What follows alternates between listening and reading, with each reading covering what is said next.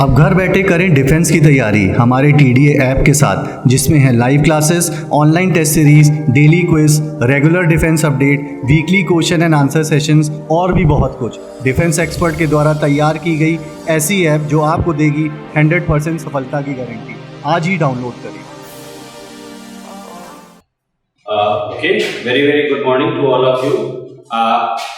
आज हम लोग आपके कुछ इम्पोर्टेंट क्वेश्चंस को डिस्कस करेंगे जो कि आपके आने वाली परीक्षाओं में आपके लिए उपयोगी होगा। We will discuss a very important question for you that will be very helpful for your coming examination. ठीक है, आप जैसा कि जानते हैं हम लोगों ने बायोलॉजी के सिलेबस को लगभग अपने लास्ट सेशन में कंप्लीट किया। उसके बाद आप और हम ऑनलाइन के माध्यम से एक दूसरे से जुड़े रहे हैं। तो आज हम लोग इसके आगे की कुछ बातचीत करेंगे, जिसमें हम लोग देखेंगे कि किस तरीके से ये क्वेश्चंस हैं जो ये आपके लिए हेल्पफुल होंगे। कुछ इंपॉर्टेंट क्वेश्चंस हैं जो आपके लिए हेल्पफुल होंगे, जो आपको आपके परीक्षा की तैयारी में आपको मदद करेंगे। तो आज हम लोग उनके 1 बाय 1 उनको स्टडी करते हैं, 1 बाय 1 उनको देखते हैं कि कैसे ये आपके लिए हेल्पफुल होंगे और किस तरीके से ये हेल्पफुल हो सकते हैं। ठीक है, तो क्वेश्चन नंबर 1 डिस्कस है। पहला क्वेश्चन आपके लिए है जो कि आपके लिए इंपॉर्टेंट है, वो है the life span of human WBC is about, है ना। The life span of human WBC is about, ठीक है। यानी कि एक श्वेत रक्त कणिकाओं का अंतराल कितना होता है, कितने टाइम तक वो जीवित होती है। श्वेत रक्त कणिकाएं कितने अंतराल तक जीवित होती हैं। The lifespan of white blood corpuscles या श्वेत रक्त कणिकाएं। WBC का मतलब क्या होता है? WBC का मतलब व्हाइट ब्लड कॉर्पस्कल्स, ठीक है। श्वेत रक्त कणिकाएं ये कितने टाइम तक ये जो है एक्टिव होती हैं, कितने टाइम तक जीवित होती हैं। तो आपको पता है कि हमारे शरीर में के ब्लड में 3 तरह की चीजें होती हैं, RBC यानी कि रेड ब्लड कॉर्पस्कल्स, WBC यानी कि white blood corpus and blood platelets. Clear. अब ये WBC जो है, व्हाइट ब्लड कॉर्पस्कल्स जो है, ये कितने टाइम तक एक्टिव होता है, ये हमको देखना है, ये कितने टाइम तक एक्टिव होता है, क्योंकि ये बनती और बिगड़ती रहती है ना, ये बनती और बिगड़ती रहती है। WBC is not about the, है ना। तो ये आपकी है is 120 days, is the 120 days. फिर ये WBC आपकी 120 डेज के लिए ये रहेगा। उसके बाद सेकेंड क्वेश्चन की हम लोग बात करेंगे। सेकेंड क्वेश्चन है आपका the largest gland of the body is, यानी कि हमारे जो शरीर में जो सबसे बड़ी जो ग्रंथि है वो कौन सी है। हमारे शरीर में जो सबसे बड़ी ग्रंथि है वो कौन सी है। The largest gland in the human body is what? क्या है हमारे शरीर में जो सबसे बड़ी ग्रंथि है वो कौन सी होगी। आपके पास जो ऑप्शन दिए हुए हैं पैंक्रियास, पिट्यूटरी, थायराइड ग्लैंड और लिवर है, ठीक है। तो इसमें जो आंसर होगा वो आपका लिवर है, यानी कि यकृत। ये सबसे बड़ी ग्रंथि है हमारे शरीर में। ग्रंथि का मतलब क्या होता है, ये बहुत सारा काम करती है। इसको मास्टर ग्लैंड भी बोलते हैं, इसको मास्टर ग्लैंड भी बोलते हैं। क्यों मास्टर ग्लैंड बोलते हैं? क्योंकि हमारे शरीर में बहुत सारे ऐसे फंक्शन हैं जिनको ये अंजाम देती है।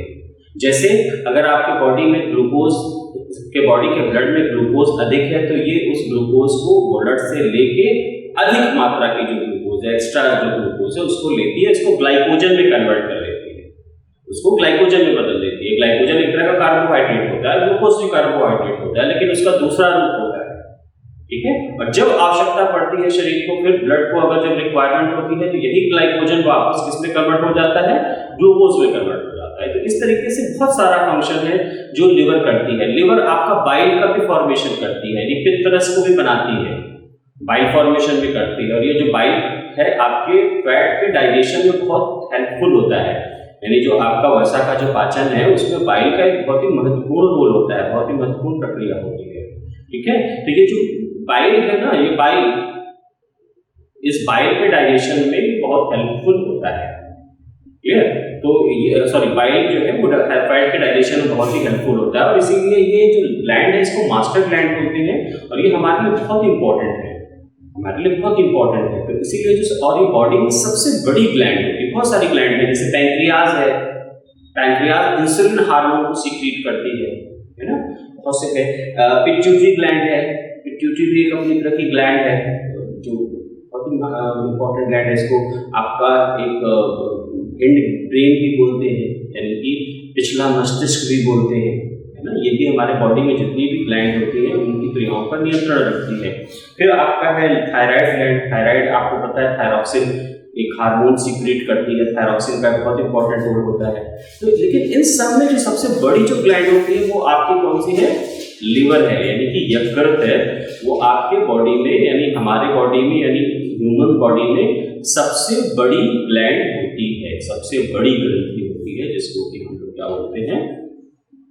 क्या बोलते हैं? लिवर, यानी कि यकृत बोलते हैं। ठीक है। फिर आपकी थर्ड क्वेश्चन है when carrying oxygenated blood is called. When carrying oxygenated blood is called, है ना। सबसे पहले बात हम जान लें कि हमारे जो वेन्स किसको बोलते हैं? वेन्स किसको बोलते हैं? वेन्स किसको बोलते हैं? तो आपको पता है कि जो वेन्स बोलते हैं वो वेन्स जो बोलते हैं वो वेन्स शिराओं को बोलते हैं, है ना। दो तरह की चीजें होती हैं आपके बॉडी में, एक आर्टरी होती है और एक वेन्स होती है, यानी कि आर्टरी और वेन्स दो तरह की ब्लड कैपिलरीज होती है। रक्त केशिकाएं दो तरह की होती हैं, धमनी और शिरा। धमनी को आर्टरी बोलते हैं, शिराओं को वेन्स बोलते हैं, दो तरह की हो गई।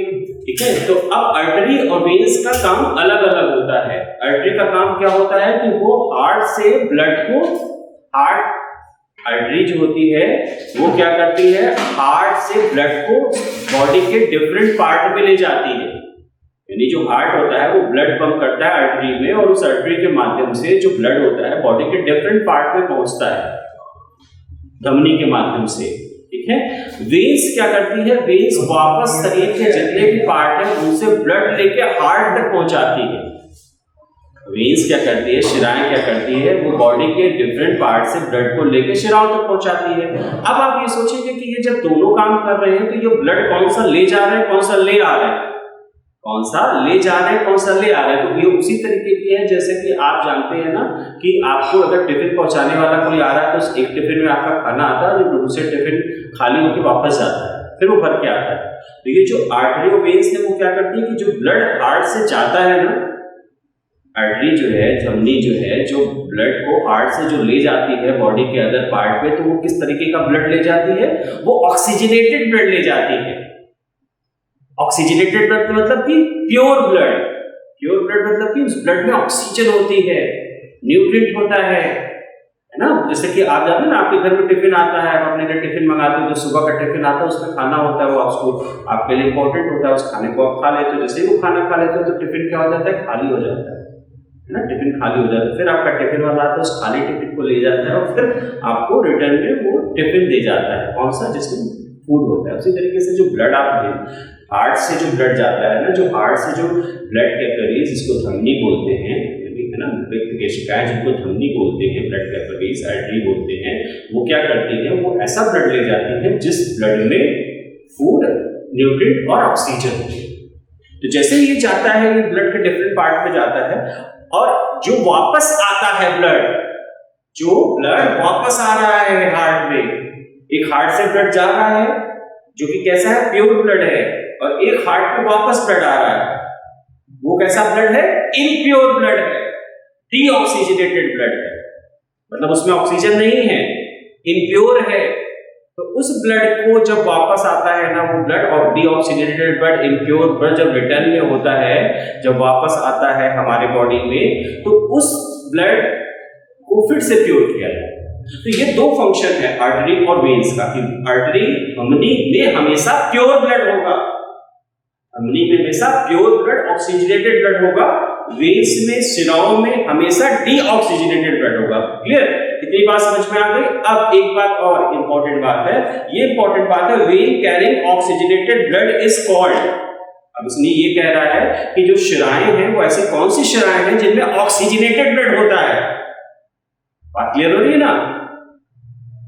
ऐसी कौन सी वेन है जिसमें ऑक्सीजनेटेड ब्लड होता है? आपको पता है कि आर्टरी हमेशा ऑक्सीजनेटेड ब्लड करती है, वेन्स हमेशा डीऑक्सीजनेटेड ब्लड करता है, लेकिन यहाँ पे आपके पास प्रश्न है कि जो ऐसी कौन सी शिराएं हैं जिनमें ऑक्सीजनेटेड ब्लड होता है? which veins carrying oxygenated blood, veins carrying oxygenated blood is called, तो आपके पास जो ऑप्शन है इसमें आपका ऑप्शन ए सही है, पल्मोनरी जो वेन है वो आपका ऑक्सीजनेटेड ब्लड कैरी करती है, आप समझ आ रहे, पल्मोनरी वेन्स वो आपका ऑक्सीजनेटेड ब्लड को कैरी करती है, ठीक है, तो ये आंसर आपका होगा पल्मोनरी वेन्स, ठीक है, बात क्लियर हो रही है, बात समझ में आई, ठीक है। इसी तरीके से आपको कॉन्सेप्ट बिल्ड करना है ना, यहाँ पे आपका कॉन्सेप्ट बिल्ड होगा, ठीक है। अब हम लोग अगली क्वेश्चन की ओर चलते हैं, question number 4, the rigidity of the cell wall is due to, the rigidity of the cell wall is due to, ठीक है। अब सबसे पहले हम लोग बात सेल वॉल की करते हैं, तो सेल वॉल क्या होती है, कोशिका जो भित्ति होती है वो क्या होती है, तो आपको पता होता है जो कोशिका भित्ति होती है ये हमेशा पौधों की कोशिकाओं में मिलती है ना, the cell wall is only exist inside the plant cell, ये जो कोशिका भित्ति होते हैं पौधों की कोशिकाओं में मिलती है, और ये क्या होती है, सजीव होती है कि निर्जीव होती है, ये नॉन लिविंग होती है, ये नॉन लिविंग होती है, लिविंग नहीं होती है, ठीक है। और जब ये लिविंग नहीं होती है, ये जो नॉन लिविंग होती है, तो ये जो ये किससे बनी होती है, सेल्यूलोज से मिलकर बनी होती है ना, it is a made up of cellulose, कोशिका भित्ति सेल्यूलोज से मिलकर बनी होती है, जो कि निर्जीव होती है। ये प्लांट सेल का एक मुख्य लक्षण है कि अगर कोई भी कहीं पर भी किसी भी सेल में कोशिका भित्ति है, सेल वॉल है, प्रेजेंट है, तो वो कैसी सेल होगी, plant cell.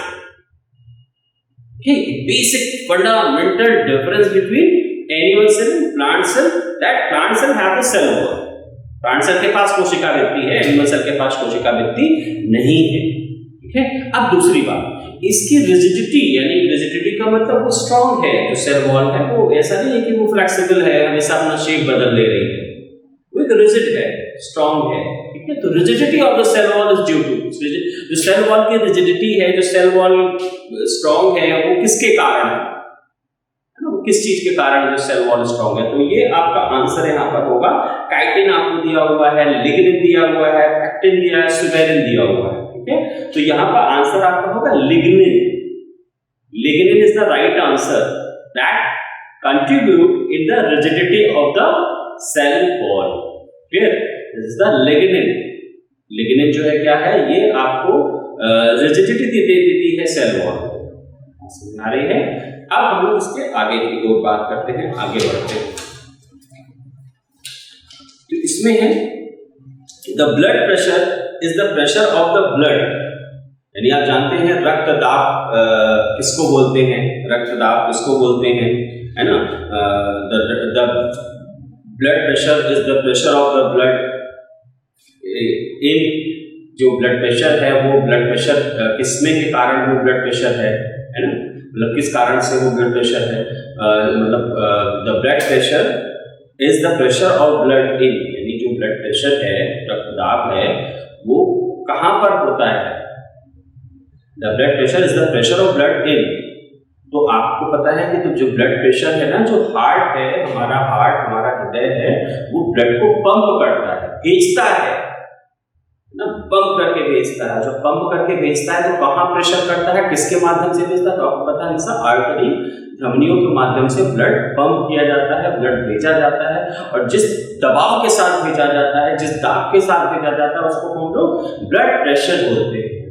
That is the blood pressure, and it is always known as the systolic blood pressure, दो तरह का blood pressure, systolic and diastolic, तो इस प्रेशर को बोलेंगे सिस्टोलिक ब्लड प्रेशर, जो दाब से ब्लड आर्टरी में जाता है। तो यहाँ पर जो आपका आंसर होगा, यहाँ पर आर्टिकल्स दिया हुआ है, आर्टरीज दिया हुआ है, वेन्स दिया हुआ है, वेंट्रिकल्स दिया हुआ है, तो यहाँ पर जो राइट आंसर है दैट इज द आर्टरीज, धमनियों, यानी ऐसा रक्त का जो दाब होता है वो धमनियों में बहने वाले दाब को रक्त दाब बोलते हैं, ठीक है। तो ये एक 5 क्वेश्चन मैंने आपसे डिस्कस किया अभी, तो ये सारा कुछ है जो हम लोगों ने अभी देखा है। तो इस तरीके की जो चीजें हैं, आपने देखा है कि जो ब्लड प्रेशर है ना, ये ब्लड प्रेशर बहुत ही इंपॉर्टेंट होता है। ब्लड प्रेशर 2 तरह का होता है, सिस्टोलिक और डायस्टोलिक। जो ब्लड प्रेशर आर्टरीज में जाता है, नॉर्मली हम उसी को रक्तदाब के नाम से जानते हैं, और ये हमेशा सिस्टोलिक ब्लड प्रेशर के लिए कहलाता है। This is the systolic blood pressure, ठीक है। तो this is the complete A type of the answer.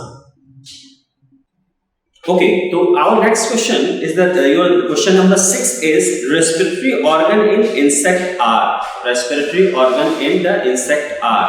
ठीक है, तो रेस्पिरेटरी ऑर्गन है यानी कि जो श्वसन का जो एक आपको पता है कि हम लोग जैसे जैसे एडवांस होते गए, जैसे जैसे एनिमल्स जो है एडवांस होते गए, एडवांस का मतलब डेवलप होते गए, तो उनके जो हर एक काम के लिए स्पेशल ऑर्गन डेवलप हो गया। जैसे देखने के लिए हमारे पास आंखें हैं, है ना, सोचने के लिए ब्रेन है, सुनने के लिए कान है, उसी तरीके से हमारा जो लंग्स यानी फेफड़े जो है वो सांस लेने के लिए है। हमारे पास हर एक काम के लिए एक स्पेशल ऑर्गन है ना, बिकॉज हम लोग डेवलप ऑर्गेनिज्म है, डेवलप वर्ल्ड में है, एनिमल्स एडवांस एनिमल है। उसी तरीके से जो इंसेक्ट होते हैं, जो छोटे छोटे जीव होते हैं, बहुत छोटे, आपको पता है इस अर्थ पर बहुत सारे जीव हैं, तो हर एक जीव का अपना अपना सिस्टम होता है ना। तो उसी तरीके से पूछा है respiratory organ in the insects are. आपको पता है जो फिशेस होती हैं, जो मछलियां होती हैं, वो कैसे सांस लेती हैं, क्योंकि वो तो आपको पानी में रहती है, वो गिल के द्वारा सांस लेती है, गिल के द्वारा सांस लेती है। तो हर का अपना अपना एक रेस्पिरेटरी ऑर्गन होता है। तो यहाँ पर respiratory organ in the insect are, कुछ ऑप्शन है, ट्रैकिया, लंग्स, ब्रोंचाई, फेरिंग्स। तो लंग्स, ब्रोंची एंड फेरिंग्स ये एडवांस ऑर्गन है, रेस्पिरेटरी ऑर्गन है ना, जो कि इंसेक्ट में नहीं होती। इंसेक्ट किसको बोलते हैं? इंसेक्ट कीड़े मकोड़ों को बोलते हैं, जो कीड़े मकोड़े होते हैं। और बेसिकली इनका जो इंपॉर्टेंट जो कैरेक्टर है वो क्या होता है? They have the joint appendix, they have the joint appendix at minimum 3 pair. इनको हेक्सापोडाज भी बोलते हैं। हेक्सापोडाज क्या बोलते हैं? इनके पास 6 लेग्स होते हैं।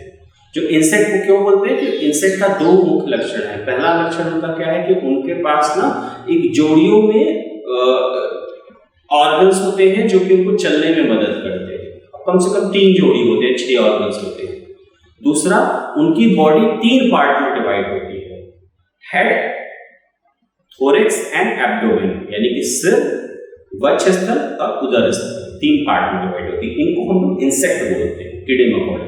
और आपको पता है जो सबसे सक्सेसफुल फाइलम है, यानी जो सबसे सफल जो जीव जंतुओं का समूह है, जो सबसे ज्यादा जिसके सदस्य हैं, वो कौन से हैं? वो यही है, इंसेक्ट। कौन है? इंसेक्ट, कीड़े मकोड़े जो है ये सबसे ज्यादा बहुत आपको मिलेंगे, इनकी बहुत जातियां मिलेंगी, सबसे ज्यादा यही पाए जाएंगे, कहीं ना कहीं आपको मिल जाएंगे। अब इनमें कैसा रेस्पिरेटरी ऑर्गन होता है? तो इनमें ट्रैकिया होता है। Right answer is the trachea. Trachea is the वो इनको रेस्पिरेशन में मदद करता है, इनको श्वसन में मदद करता है, इनको सांस लेने में मदद करता है। जैसा कि आपको पता है कि सांस लेना जो है यानी श्वसन करना, रेस्पिरेशन करना, ये एक फंडामेंटल कैरेक्टरिस्टिक है लिविंग ऑर्गेनिज्म की। यानी जीवधारियों का एक प्रमुख लक्षण है कि उनको सांस लेना होता है, वो सांस लेते हैं। कोई भी जीवधारी है ना तो वो सांस लेता है। तो respiratory spire is the fundamental character of all living organism. तो इंसेक्ट का जो एक कैरेक्टर है, इंसेक्ट जिससे जो रिस्पायर करते हैं वो ट्रैकिया के माध्यम से रिस्पायर करते हैं। They have the trachea for the respiratory purpose, they have the trachea. Okay, the next question that is the 7 number question, that is tuberculosis is caused bye.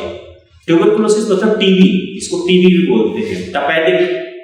टपैथिक जो है वो किस तरह की बीमारी है, किसके कारण होती है? ट्यूबरक्यूलोसिस मींस टपैथिक टीबी जिसको बोलते हैं, वो किसके कारण होती है? कौन उसको मतलब बीमारी का जो जनक है, बीमारी जिससे फैलती है, वो किसके कारण ट्यूबरक्यूलोसिस होती है? तो इसमें आपके ऑप्शन है virus, worms, bacteria, fungus. Virus आप जानते हैं आजकल एक बहुत ही वायरल डिजीज आपके सामने है, कोरोना वायरस। हर तरफ कोरोना वायरस की बात हो रही है, लोग जो है अपने आप को प्रिवेंट कर, लेकिन वो वायरस है। ठीक है, वॉर्म्स क्या होते हैं? छोटे छोटे कृमि होते हैं, छोटे छोटे रेंगने वाले जंतु होते हैं, उनको हम लोग वॉर्म्स बोलते हैं, जैसे अर्थवॉर्म्स एक्सेट्रा, केचुआ ऐसे। फिर है बैक्टीरिया यानी जीवाणु। फिर है फंगस यानी कवक, जो आपके बरसात के दिनों में आपके अचार पे सफेद एक परत जम जाती है, चमड़े के जूतों पर परत जम जाती है, ब्रेड पे एक परत जम जाती है, रोटियों पर एक परत जम जाती है, वो फंगस की होती है ना। और कई बार स्किन पे भी अगर आप देखें, बहुत लोगों की स्किन पे भी वो स्किन डिजीज हो जाती है, फंगस लेयर आ जाती है। फंगल इन्फेक्शन हो जाता है, उनको इचिंग होती है, कलर बदल देता है स्किन का, तो ये सब फंगस होता है, ये भी एक बीमारी है, ये भी डिजीज है। लेकिन हमारे जो क्वेश्चन है वो बोल रहा है TB, tuberculosis is caused by TB, तपेदिक बीमारी किसके कारण होती है?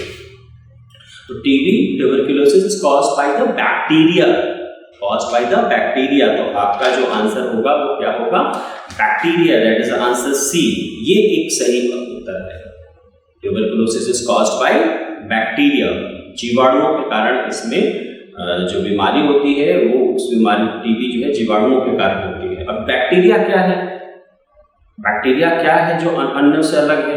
बैक्टीरिया जो होता है वो एक स्मॉलेस्ट सेल होती है, इसका सेल का जो टाइप होता है वो प्रोकैरियोटिक होता है, प्राचीन कोशिका होती है। प्राचीन कोशिका का मतलब हम लोगों ने बहुत स्टार्टिंग में पढ़ा था, 2 तरह की कोशिकाएं होती हैं, सेल होती हैं, यूकैरियोटिक एंड प्रोकैरियोटिक। तो ये जो बैक्टीरिया है, जो टीबी का जो बीमारी होती है बैक्टीरिया के कारण होती है, और बैक्टीरिया के कारण ये फैलती भी है, कम्युनिकेट होती है।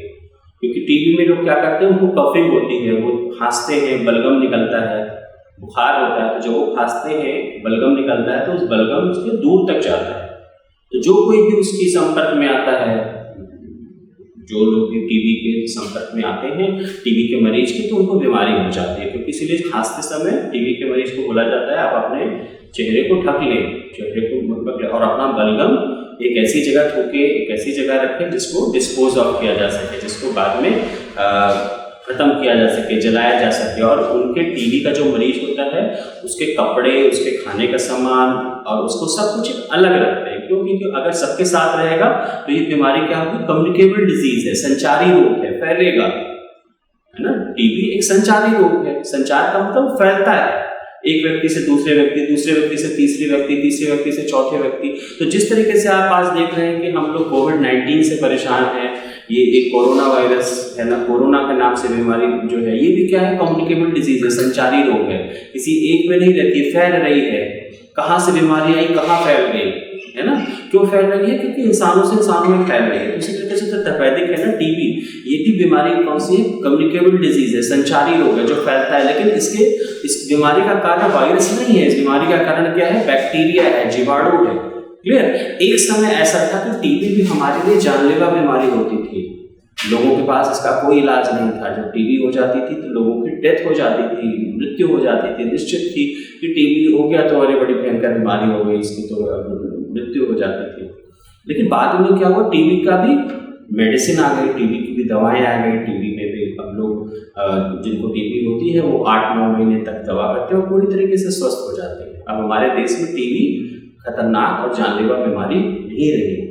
टीबी का एक इलाज है, जिसको भी पता चलता है उसको टीबी हो गई है, उसका जांच होता है, उसकी एक्सरे होती है। जब टीबी तपेदिक पता चल जाता है तो उसके लिए क्या होता है? उसका एक इलाज है, 8 या 9 महीने का एक पूरा कोर्स है, वो दवाओं करता है, वो पूरी तरीके से ठीक हो जाता है। टीबी कैसी डिजीज है? बैक्टीरियल डिजीज है, जीवाणु। अब जीवाणु और वायरस में क्या अंतर है? आप लोग सोच रहे हैं कोरोना वायरस तो वायरस से होता है, लेकिन बैक्टीरिया से ये टीबी होती है, तो वायरस और बैक्टीरिया में क्या फर्क है? तो वायरस और बैक्टीरिया में फर्क ये है कि जो वायरस होता है ना, ये लिविंग और नॉन लिविंग के बीच की कड़ी होता है। वायरस अपने आप में वायरस के पास कोई सेल नहीं होती, कोई कोशिका नहीं होती है।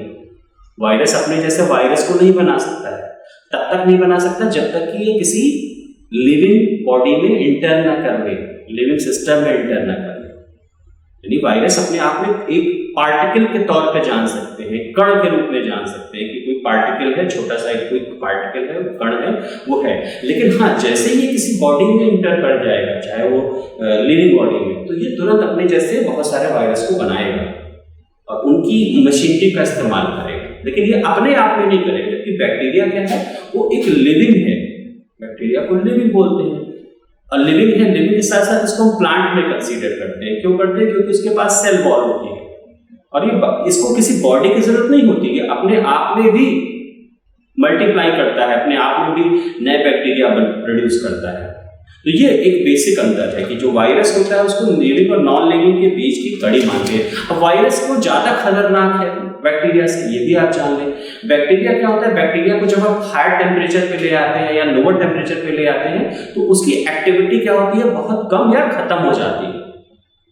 जैसे कि आपको क्या करते हैं ना कि जैसे हायर टेम्परेचर मिलेगा या लोअर टेम्परेचर मिलेगा। इसीलिए जब आप मार्केट से मिल्क प्रोडक्ट लाते हैं, दूध लाते हैं, तो सबसे पहला काम उसको क्या करते हैं, घर में 100 डिग्री पे खौला लेते हैं, उबाल लेते हैं कि वो खराब ना हो, है ना। टाइम टू टाइम आप ऐसा करते रहते, क्योंकि जैसे ही आप उसको जो है हीट दे दिए 100 डिग्री पर, तो उसमें जो बैक्टीरिया थे ना वो खत्म हो गए, इनएक्टिव हो गए, खत्म हो गए। दूसरा काम आप क्या करते हैं, अपने घर में जो कुछ भी सामान होता है गर्मियों के दिन में आप उसको तुरंत रेफ्रिजरेटर में डाल देते हैं कि चलो फ्रिज में रख देते हैं, नहीं खराब होगा। सब्जी हो गई, कुछ भी हो गया, आपने कोई भी खाने का सामान हो गया, आपने फ्रिज में डाल दिया, क्यों, क्योंकि वो उसमें नहीं खराब होगा। क्यों नहीं खराब होगा, क्योंकि वहाँ टेम्परेचर इतना कम होता है, 3 डिग्री 4 डिग्री 2 डिग्री के जो बैक्टीरिया होते हैं ना, तो उनकी वृद्धि की दर बहुत कम हो जाती है। फ्रिज के बाहर आप सब्जी निकाल कर रख देंगे, वो खराब हो जाएगी। रात में अपनी सब्जी घर के बाहर फ्रिज में रहेगी, वो खराब हो जाएगी। लेकिन अगर फ्रिज में है तो वो क्या हो जाएगी, सही रहेगी। सुबह आप उसको यूज कर देंगे। तो ये अंतर होता है बैक्टीरिया और वायरस में। वायरस क्या होता है, वायरस सामान्यतः बहुत अधिक टेम्परेचर में जाके इनएक्टिव होता है, बहुत अधिक टेम्परेचर पे सामान्य स्थिति में एक्टिव होता है ना, उसको फर्क नहीं पड़ता है। अब वो उसको आराम से कई 100 सालों तक वैसे का वैसा बना रहता है, यानी बहुत 300-400 साल पहले आप उसको वायरस को एक छोटी सी एक बॉक्स में भर के आप रख दीजिए, तो ये वायरस वैसे ही एक्टिव रहेगा। फिर से इसको जब कोई सिस्टम मिलेगा फिर एक्टिव हो जाएगा। बैक्टीरिया इनएक्टिव हो सकता है, बैक्टीरिया खत्म हो सकता है, बैक्टीरिया का प्रभाव खत्म हो सकता है, फिर वायरस का प्रभाव नहीं खत्म होता है। इसलिए वायरस ज्यादा खतरनाक होता है। एंटीबायोटिक हम लोग खाते हैं दवाओं को। एंटीबायोटिक दवाएं क्या है, ये बैक्टीरिया की ग्रोथ को रोकती है। हम लोग को जब भी इन्फेक्शन होता है, बुखार होता है, हम लोग एंटीबायोटिक भी लेने लगते हैं। एंटीबायोटिक क्या करती है, मेरे शरीर में कुछ चोट लग गई, कट गया, छिल गया, कुछ हो गया, तो उस घाव को भरने के लिए हम एंटीबायोटिक खाते हैं। एंटीबायोटिक भी खाते हैं कि इसमें कोई इन्फेक्शन ना हो, ये खत्म हो जाए, है ना। तो एंटीबैक्टीरियल दवाएं आ गई हैं, एंटीवायरल दवाएं भी आ गई हैं, जैसे HIV का है ना, मीजल्स है, बहुत सारी दवाएं हैं जो एंटीवायरल की आई हैं। लेकिन बहुत से ऐसे इन्फेक्शन है, बहुत से ऐसे वायरस हैं, बहुत से ऐसे बैक्टीरिया हैं जिनकी दवाएं आज भी नहीं आई हैं। तो जो टीबी है, तपेदिक है, वो किसके कारण होती है, वो जीवाणुओं के कारण होती है, बैक्टीरिया के कारण होती है। तो इसका जो आंसर होगा वो होगा बैक्टीरिया, ठीक है। फिर क्वेश्चन नंबर 8 है, the yellow colour of urine is due to the presence of, the yellow colour of the urine is due to the presence of bile, lymph, urochrome and cholesterol. आपको प्रश्न पूछा गया है कि तो हमारे मूत्र का जो रंग है वो पीला क्यों होता है, उसका पीला होने का क्या कारण है ना। तो पीले होने का कारण क्या है, इसमें यूरोक्रोम पाया जाता है, यूरोक्रोम पाया जाता है। ना तो बाइल मिलता है, ना तो लिम्फ मिलता है, ना तो कोलेस्ट्रॉल मिलता है, यूरोक्रोम मिलता है। मूत्र क्या है, हमारे शरीर में जो कुछ भी हमारे ब्लड में जो कुछ भी ब्लड को फिल्टर किया जाता है, और हमारे ब्लड से जो कुछ भी हानिकारक जो पदार्थ हैं उनको कम हानिकारक पदार्थों के रूप में पानी के साथ शरीर से बाहर कर दिया जाता है। तो ये जो प्रक्रिया होती है, ये मूत्र निर्माण की किडनी में होती है, यानी कि हमारे रक्त को 2 पेयर ऑफ किडनीज में होती है, इसको शरीर से समय समय पर हमारा शरीर इसको बाहर करता रहता है ना, पानी के साथ। जो पानी पीने वाला पानी, इसीलिए हम लोगों से बोलते हैं कि लोग पानी लोगों को पीना चाहिए कम से कम 4 गिलास 8 गिलास, है ना। क्यों, क्योंकि जब आप पानी पीते हैं तो आपकी बॉडी का फिल्टर्ड होता है पानी, बॉडी साफ होती है। जो भी एक्स्ट्रा हानिकारक पदार्थ हमारे बॉडी में आए होते हैं वो क्या होते हैं, यूरिनेशन से बाहर चले जाते हैं। तो इसका जो कलर होता है, यूरिन का भी अपना एक कलर होता है, यूरिन का एक नॉर्मल कलर होता है, तो उसमें येलो कलर होता है सामान्य तौर पर यूरिन का। अगर व्हाइट है, रेड है, ग्रीन, ऐसा नहीं होगा, उसका कलर एक पर्टिकुलर हल्का लाइट पेल येलो होगा, हल्का पीला रंग का यूरिन जो होता है सामान्य स्थितियों में। तो ये क्यों होता है, क्योंकि उसमें यूरोक्रोम की उपस्थिति होती है, उसमें यूरोक्रोम पाया जाता है, ठीक है। उसके बाद क्वेश्चन नंबर 9 हम लोग डिस्कस करेंगे। क्वेश्चन नंबर 9 ये कह रहा है, क्वेश्चन नंबर 9 ये आपसे कह रहा है कि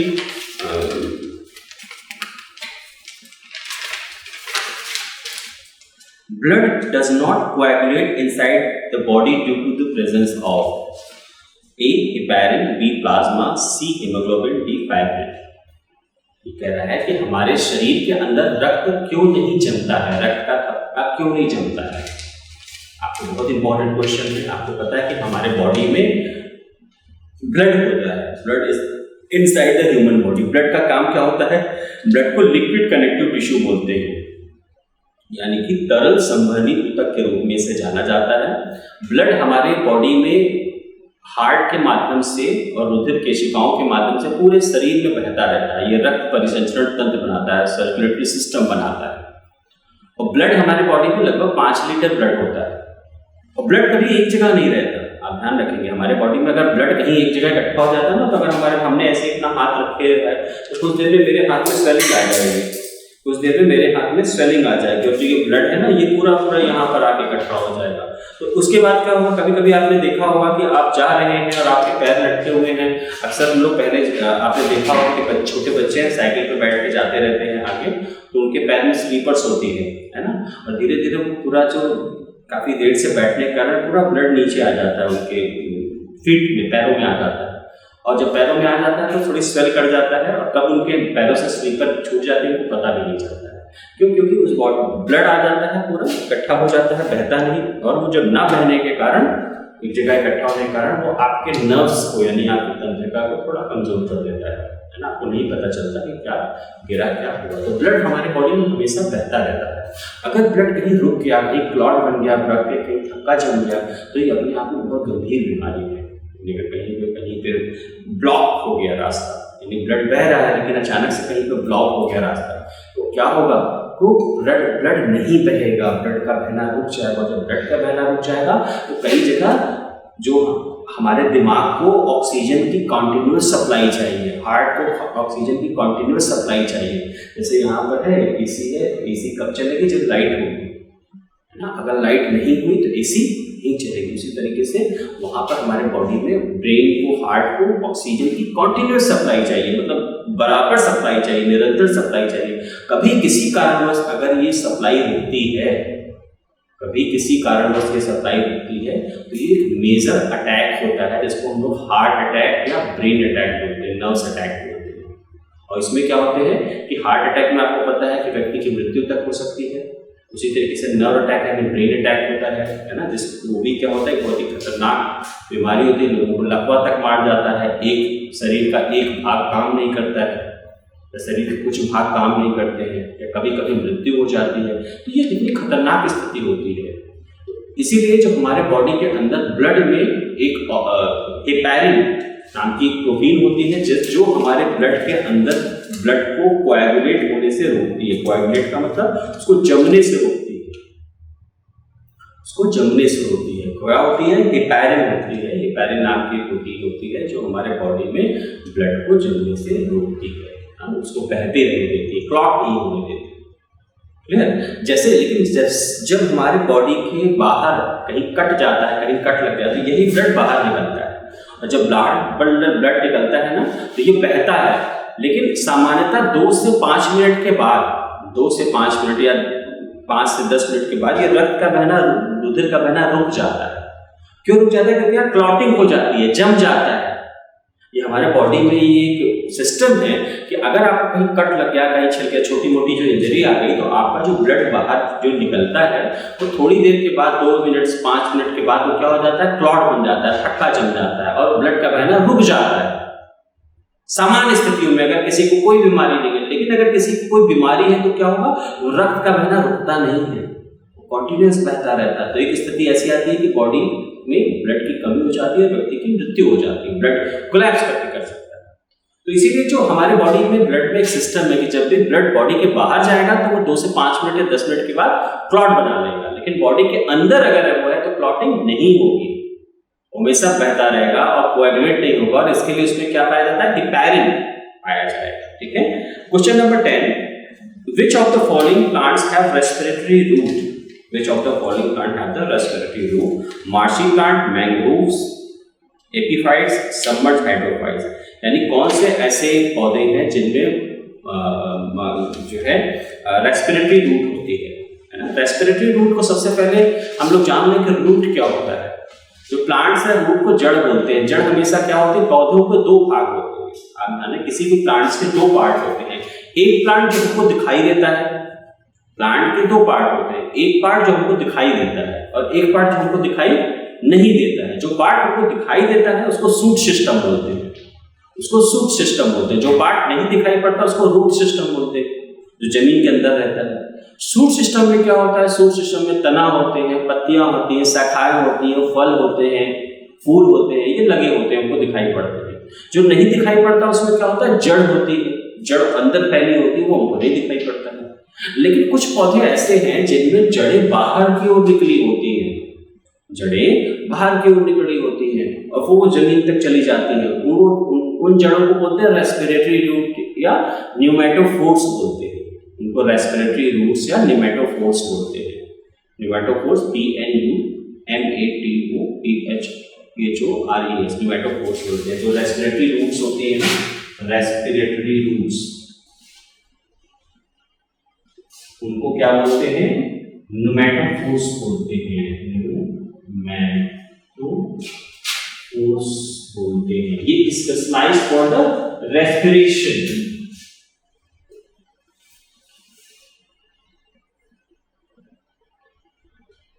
ये रेस्पिरेशन के लिए स्पेशलाइज्ड होती हैं, ये श्वसन के लिए स्पेशलाइज्ड होती हैं।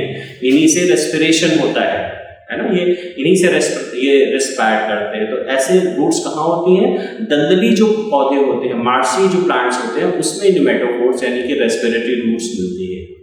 दलदली भूमि क्या होती है, दलदल कहाँ पड़ता है, जहाँ पानी बहुत ज्यादा होता है, हमेशा पानी रिटेन करता है ऐसी जमीन। तो उस जो प्लांट की जो जमीन होती है, ऐसी जो जमीन जहाँ पर दलदली जगह पर वो पाई जाती है, उसको न्यूमेटोफोर्स बोलते हैं। ठीक है, तो ये एक पूरा प्लांट्स का जो रूट्स होती है वो अंडरग्राउंड नहीं होती, वो बाहर होती हैं, बाहर की ओर होती हैं। और ऐसी रूट्स क्या हो जाती हैं, न्यूमेटोफोर्स बोलते हैं। और ये हमेशा कहाँ पर होती हैं, न्यूमेटोफोर्स कहाँ पर होंगे, मार्शी प्लांट्स में। ठीक है, तो ये एक कुछ क्वेश्चंस थे जो मैंने आज आपके साथ डिस्कस किए हैं। होपफुली ये सारे क्वेश्चन आपके लिए हेल्पफुल होंगे और आपको इससे बहुत ही बेनिफिट मिलेगा, है ना। फिर से एक बार हम लोग इस क्वेश्चंस को शॉर्ट में समराइज करके आपसे अभी वन बाय वन डिस्कस करेंगे।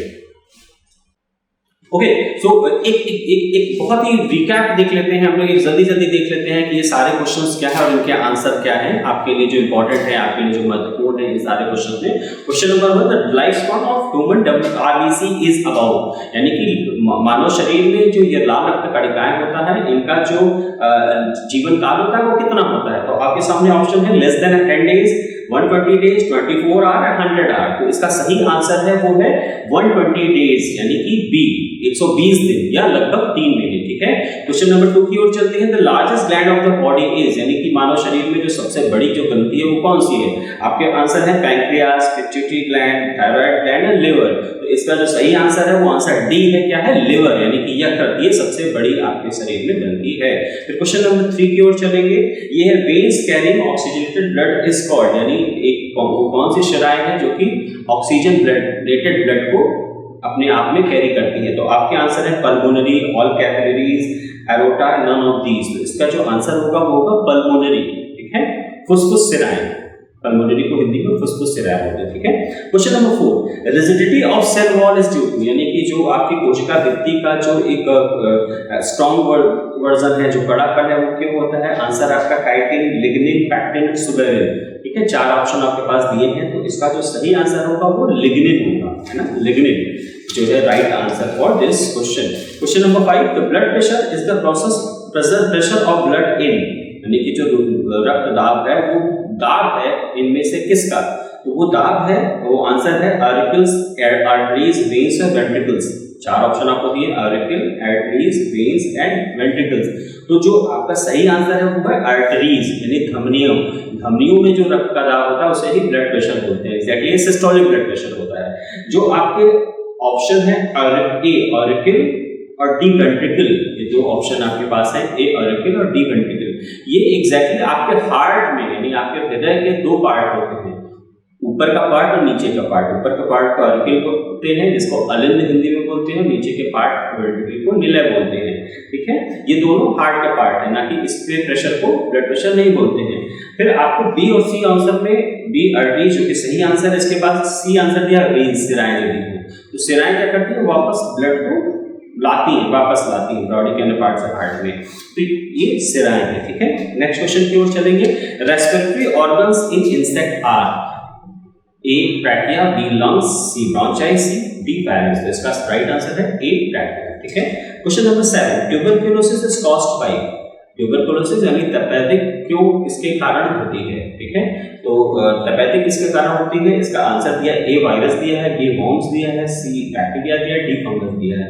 तो इसका जो सही उत्तर है वो सी बैक्टीरिया है, यानी कि जो tuberculosis caused by virus, worm, bacteria and fungus.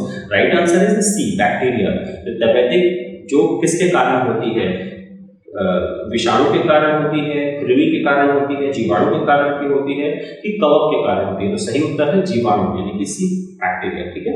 इसका हिंदी में मैंने आपको वो बताया। Question number 8, the yellow colour of the urine is due to the presence of A biles, B lymph, C urochrome, D cholesterol. Right answer is the urochrome. Clear. Hindi में इसको बोलेंगे तो पीलापन होता है मूत्र का, मानव मूत्र का, तो किसके कारण होता है, बाइल के कारण, पित्त के कारण, लिम्फ के, लसिका के कारण, यूरोक्रोम के कारण कि कोलेस्ट्रॉल के कारण। तो सही आंसर आपका यूरोक्रोम है, ठीक है। तो क्वेश्चन नंबर 9 की ओर हम लोग चलेंगे। क्वेश्चन नंबर 9 है, blood does not coagulate inside the human body due to the presence of heparin, plasma, haemoglobin, fibrin. Right answer is the heparin, यानी मानव शरीर में जो रक्त है वो क्यों नहीं चलता है, इसके कारण कौन से हैं, तो उसके है हेपेरिन है, प्लाज्मा है, हीमोग्लोबिन और फाइब्रिन। सही आंसर होगा हेपेरिन, ठीक है। Last question, question number 10, which of the following plant have respiratory roots, यानी ऐसा कौन से पौधे हैं जिनमें श्वसन के लिए जड़ें पाई जाती हैं। इनको हम लोग न्यूमेटोफोर्स भी बोलते हैं।